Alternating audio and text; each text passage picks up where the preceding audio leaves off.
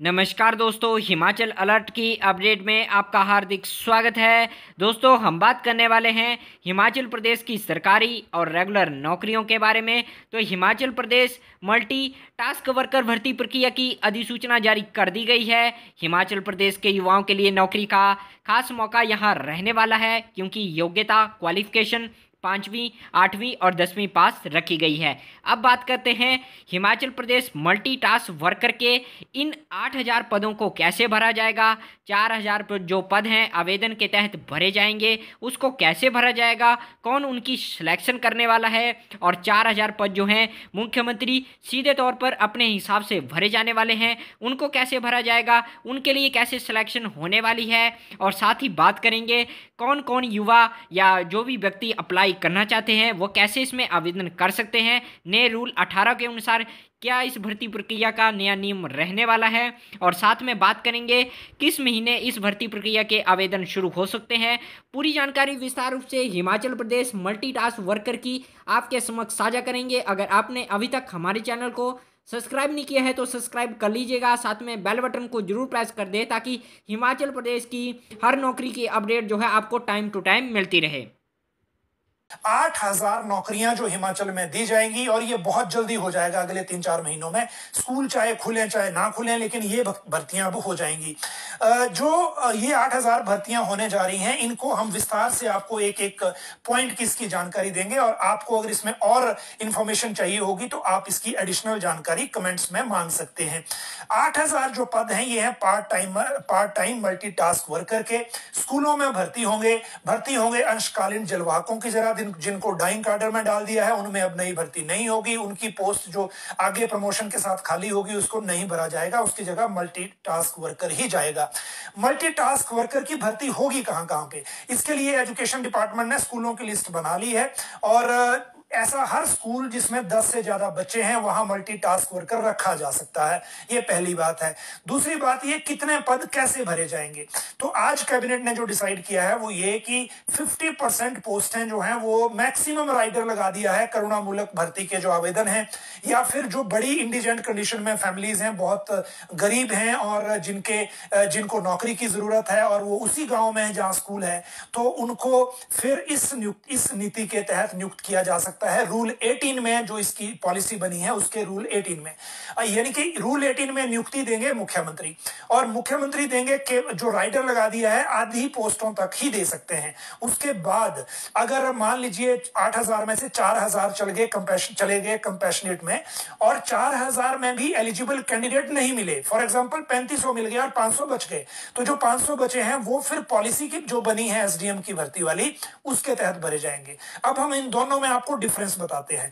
Rule 18 का जो difference है वो ये है, एक बात तो बिल्कुल क्लियर हो गई कि ये रूल 18 में जो भर्ती है ये 50% की लिमिट तक होगी, यानी कि 4,000 से ज्यादा भर्ती नहीं हो सकती 8,000 में से, और 4,000 से कम अगर मिले ऐसे लोग तो फिर जो बची हुई पोस्टें हैं वो दूसरी तरफ से भरी जाएंगी जो एसडीएम की कमेटी होगी। सबसे पहले रूल 18 की बात करते हैं। रूल 18 में जैसे कि अंशकालीन जलवाकों में होता था कि उसमें रूल 12 होता था जिसमें मुख्यमंत्री किसी को भी नियुक्त कर लेते थे कुछ शर्तों के साथ, उसमें भी शर्तें होती थी। रूल 18 में जो शर्त है जो मुख्यमंत्री नियुक्त करेंगे, और आज भी कैबिनेट में इसको इसलिए डिवाइड किया गया क्योंकि मंत्री और विधायक ये चाहते हैं कि उनकी कंस्टिट्यूएंसी में अगर किसी गरीब फैमिली को उन्होंने राहत देनी है, कोई नौकरी की व्यवस्था करनी है, तो वो डायरेक्टली उनके जो सर्टिफिकेट बनवाएं और उस फॉर्म को लाएं और मुख्यमंत्री से अप्रूव करवा दें। अब कुछ एप्लीकेशंस विभाग में आई हुई हैं, लेकिन इससे पहले कि एप्लीकेशन कौन सी होंगी और कौन से लोग हिमाचल में इसके लिए अप्लाई कर सकते हैं, ये बहुत महत्वपूर्ण है।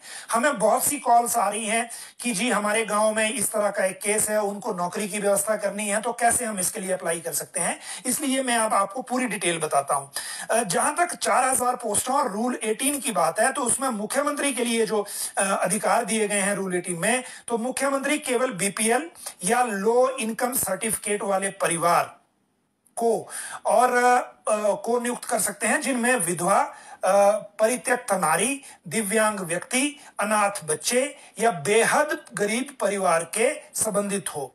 ये वो कैटेगरीज हैं केवल जिनको सीएम डायरेक्ट नौकरी दे सकते हैं, यानी कि या तो आपके पास लो इनकम सर्टिफिकेट होना चाहिए जो सरकारी योजनाओं के लिए अवेलेबल अभी होता है, या आप दिव्यांग हो या अनाथ हो या फिर सिंगल विडो हो या फिर सिंगल लेडी हो, यानी कि परित्यक्त नारी हो। तो ये ही कैटेगरी है केवल जिनके तहत जो आवेदक हैं वो अपने एमएलए के थ्रू या फिर उनकी एप्लीकेशन जिस भी माध्यम के थ्रू सरकार तक आए, विभाग तक आए, तो उनको ये नियुक्ति मिल सकती है। मुख्यमंत्री के पास इस पॉलिसी में भी असीमित अधिकार नहीं है कि किसी को भी नियुक्त कर लें, तो इस जो संशय को दूर करने की जरूरत है, क्योंकि सबको ये लग रहा है कि सीएम वाला जो पार्ट है उसमें कोई भी एप्लीकेशन देके नियुक्ति करवा सकता है, ऐसा नहीं है। अब ये तो हो गए उन 4000 पोस्टों के लिए ये राइडर लगा हुआ है। इसमें से भी अगर कुछ पोस्टें बच जाती हैं तो उसको फिर एसडीएम वाली कमेटी भरेगी, और एसडीएम वाली जो कमेटी है उसके अध्यक्ष एसडीएम है, ब्लॉक एलिमेंट्री एजुकेशन ऑफिसर जो है इसके मेंबर सेक्रेटरी हैं, और स्कूल की एसएमसी के जो प्रधान है वो इसके मेंबर हैं। ये 3 लोगों की कमेटी है। ये 3 लोगों की कमेटी अपने यहाँ 4000 पोस्टें जो बची हैं वो, और जो कंपैशनेट से पोस्टें बचेंगी वो इनको भरने के लिए प्रोसेस शुरू करेगी। और ये जो प्रोसेस शुरू करेगी, इनके लिए जो एलिजिबिलिटी बनेगी वो पात्रता केवल स्थानीय ग्राम पंचायत के निवासी को ही मिलेगी। अगर उस पंचायत में कोई एलिजिबल कैंडिडेट नहीं है, और एलिजिबिलिटी जो है कैंडिडेट की वो कैसे तय होगी वो भी मैं आपको बता दूं। उसको भरने के लिए जो है वो जो घर से दूरी 2 से 10 किलोमीटर जो दूरी है वो 2 से 10 अंक इसके मिलेंगे। 5वीं पास है तो 5 अंक मिलेंगे, 8वीं पास है तो 8 नंबर मिलेंगे। इसके ऊपर की अगर क्वालिफिकेशन तो कुछ अंक नहीं मिलेंगे। विधवा है, अति गरीब है, दिव्यांग है, एकल नारी है तो 3 अंक मिलेंगे। स्कूल के लिए अगर जमीन दान की हुई है परिवार ने तो उसके लिए 3 अंक मिलेंगे उस आवेदक को जिसने इसके लिए आवेदन किया हुआ है। फिर एससी, एसटी, ओबीसी, बीपीएल के 3 अंक होंगे। बेरोजगार परिवार का कोई आवेदक होगा उसको भी 3 अंक मिलेंगे। तो इन अंकों के आधार पर एसडीएम की जो कमेटी है वो मेरिट बनाएगी, फिर नियुक्ति होगी। लेकिन स्कूल में भर्ती होने के लिए आपने आवेदन कब करना है ये भी बड़ा महत्वपूर्ण है। जो पॉलिसी कहती है कि जिन भी स्कूलों में 10 से ज्यादा बच्चे हैं वहां ये अपॉइंटमेंट होगी। दूसरी बात ये कि जो इसमें जो संबंधित स्कूल है वहां पर उसके नोटिस बोर्ड पर, और जो संबंधित पंचायत है उसके नोटिस बोर्ड पर ये जो भर्ती है इसकी सूचना लगानी होगी। तो आपको अपनी पंचायत का नोटिस बोर्ड और स्कूल का नोटिस बोर्ड दोनों देखने हैं, और या तो आप एसएमसी का जो प्रधान है उनके संपर्क में रहिए या फिर स्कूल के जो प्रिंसिपल है आपके उनके संपर्क में रहिए। वहां से आपको पता लगेगा कि ये जो भर्तियां हैं ये कब होगी। तो ये पूरी जो डिटेल है मैंने आपको दे दी। जहां तक बात इनकी वेतन की है तो मासिक तौर पे जो मानदेय वेतन नहीं होगा, ये मानदेय होगा 5625 रुपए मिलेंगे, लेकिन मिलेंगे सिर्फ 10 महीने के। 2 महीने की जो छुट्टियां होंगी उसमें नहीं मिलेंगे। एक और बात इसमें की गई है कि एसएमसी को ये ग्रांट जाएगी और उसके बाद उसपे ये पैसे फिर ग्रांट के बाद मिलेंगे। जहां तक बात छुट्टी की है तो महीने में 1 छुट्टी मिलेगी, अगर बाकी छुट्टियां करेंगे तो वो फिर अनपेड छुट्टियां होंगी। तो ये जो मल्टीटास्क वर्कर है उसकी भर्ती से रिलेटेड पूरी डिटेल मैंने आपको एक एक करके बता दी, और इसी डिटेल के अनुसार अगर कोई और आपने जो इन्फॉर्मेशन। तो दोस्तों ये थी मल्टीटास्क वर्कर भर्ती प्रक्रिया से संबंधित संपूर्ण जानकारी। अगर किसी अभ्यर्थी का सवाल है तो उसे कमेंट बॉक्स में बताएं और बने रहें हिमाचल अलर्ट की नोटिफिकेशन के साथ। Thank you.